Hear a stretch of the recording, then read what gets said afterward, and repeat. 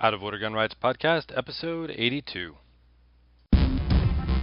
Welcome to the Out of Order Podcast, your window into the firearms community, exploring those shaping the future of our rights and protecting our lifestyle, laws, legal cases, activism, and self-defense in a candid and honest podcast for our brothers and sisters in arms. Here's your host, James Kalita.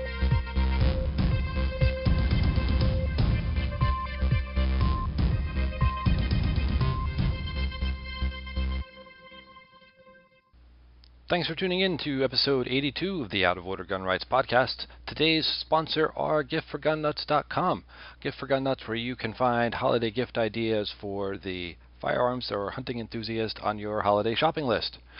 Also, sponsor today's show is nagyourrep.com. Nagyourrep.com, where you can get free marketing tools that allow you to regularly and systematically remind your reps how you feel about gun control. You can do it free tools, free guide. Go to nagyourrep.com, sign up for the Out of Order Gun Rights podcast email list, and you'll get a free guide showing you how to do that. For FFLs, we have sellmorefirearms.com. If you head over to sellmorefirearms.com, you'll find a free guide on using Facebook to increase business at your gun store. Today's guest is Denton Mclaughlin. Denton started the Concealed Camping Firearms Friendly Facebook group, and now here's Denton. Denton Mclaughlin, welcome to the show. Hey, good morning. Good morning. So Denton, you started the Concealed Camping Firearms Friendly RV group on Facebook. Would you tell us a little about that? Yeah, sure. It was about a year ago, actually, maybe a little over a year ago, but it was July of last year. Just belonged to some other RV groups. Of course, a little bit more diverse group than I'm used to as far as political views and everything. And any kind of political discussions usually went sour.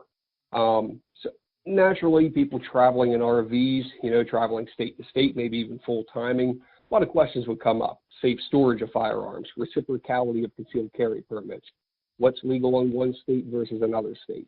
Even these legitimate discussions ended up turning into a defend your rights discussion, if you want to call it a discussion. It was often getting shouted down and, why do you even need to carry a gun? Justifying, even exercising your right, you had to justify it. And it often didn't turn out productive.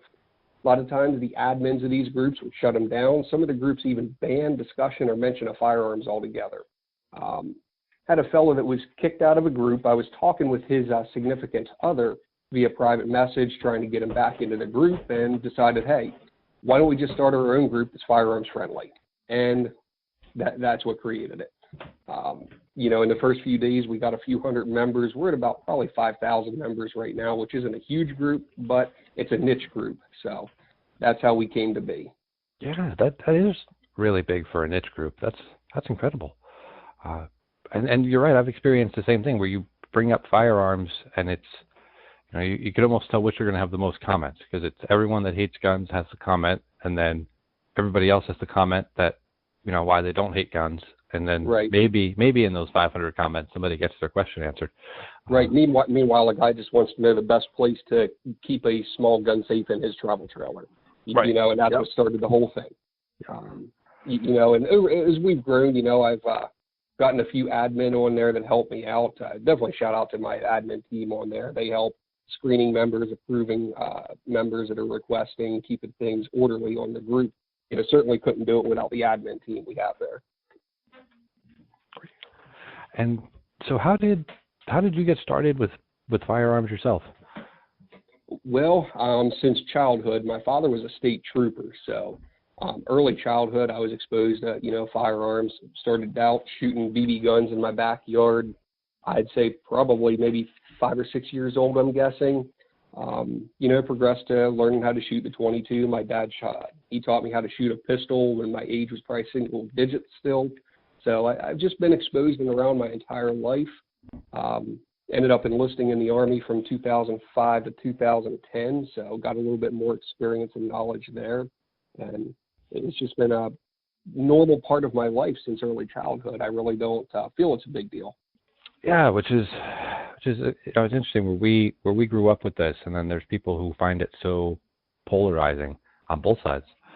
And have you been camping your whole life too, or was the RV thing, did that come later? Well, I grew up tent camping. Some friends had RVs. My family, parents took me out camping as a kid, and just kind of carried that on. I'd go tent camping with my kids, and we eventually bought a pop-up and a travel trailer, so we do go out and camp quite frequently throughout the summer months, and it's an enjoyable time with the kids. And what kind of questions do people have about firearms and camping? I mean, it seems like a very niched area, but how often do the two overlap? Well, I mean, it seems to be a productive discussion pretty often. Most frequently, the questions come up have to deal with legalities, the laws surrounding different states. Reciprocality is really a big one. If I travel to Maryland, can I take my pistol there with my Virginia permit? And the answer, of course, for Maryland is no, no, no. Certain states are just, they don't want to honor anybody's permit. So other questions have come up even as far as, hey, can I take my long guns into Canada? Because we're driving up into Canada or driving the whole way through Canada to Alaska. So that's probably the most frequent, has to do with the laws. Some tactical discussions and whatnot come up. I think anything else really, the safe storage, which I've already mentioned, those are probably the most common things that get hit on. Yeah.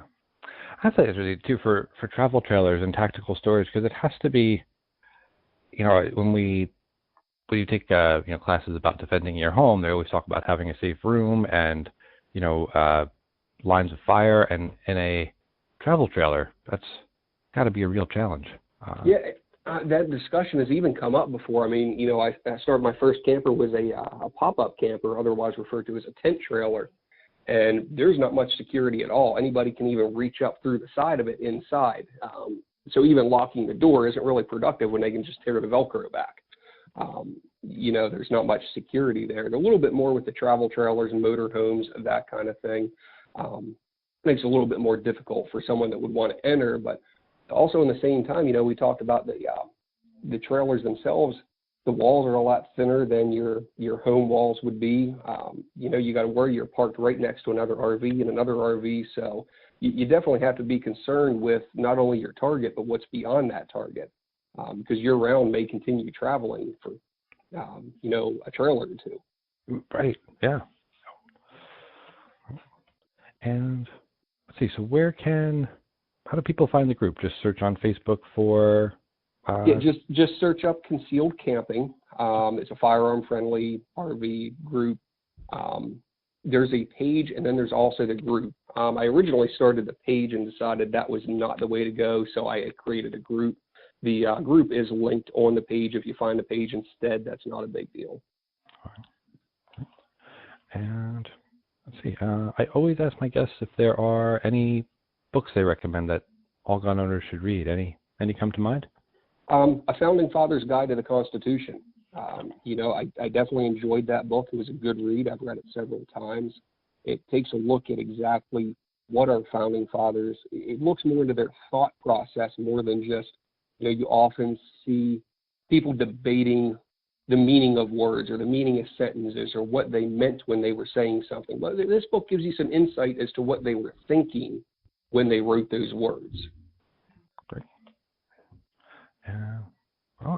Denton, I thank you very much for being on the show. Any final words for our listeners? No. If you plan on traveling from state to state, just make sure you're, checking the reciprocality. If your permit's good there, specifically your weapon is good there. If you're, I think New Jersey is an example with the hollow points. Just be sure that what you're taking in the state you're taking is legal. You don't want to be these people you see on the news getting banged up over thinking they were good to go and they weren't. One final thought, the federal permit for retired law enforcement, I think that's a great thing. My father has that. He's able to carry New Jersey, Maryland, wherever he goes.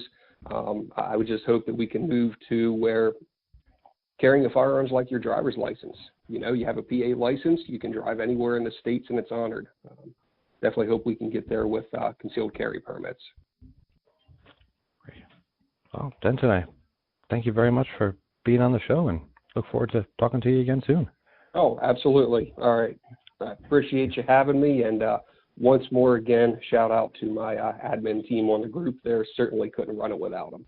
Thanks again for tuning in to episode 82 of the Out of Order Gun Rights podcast. Today's show notes page is outoforderjameskalita.com/82. Please remember to check out our sponsors, giftforgunnuts.com, sellmorefirearms.com, and nagyourrep.com. This is Out of Order James Kalita. We'll see you next time.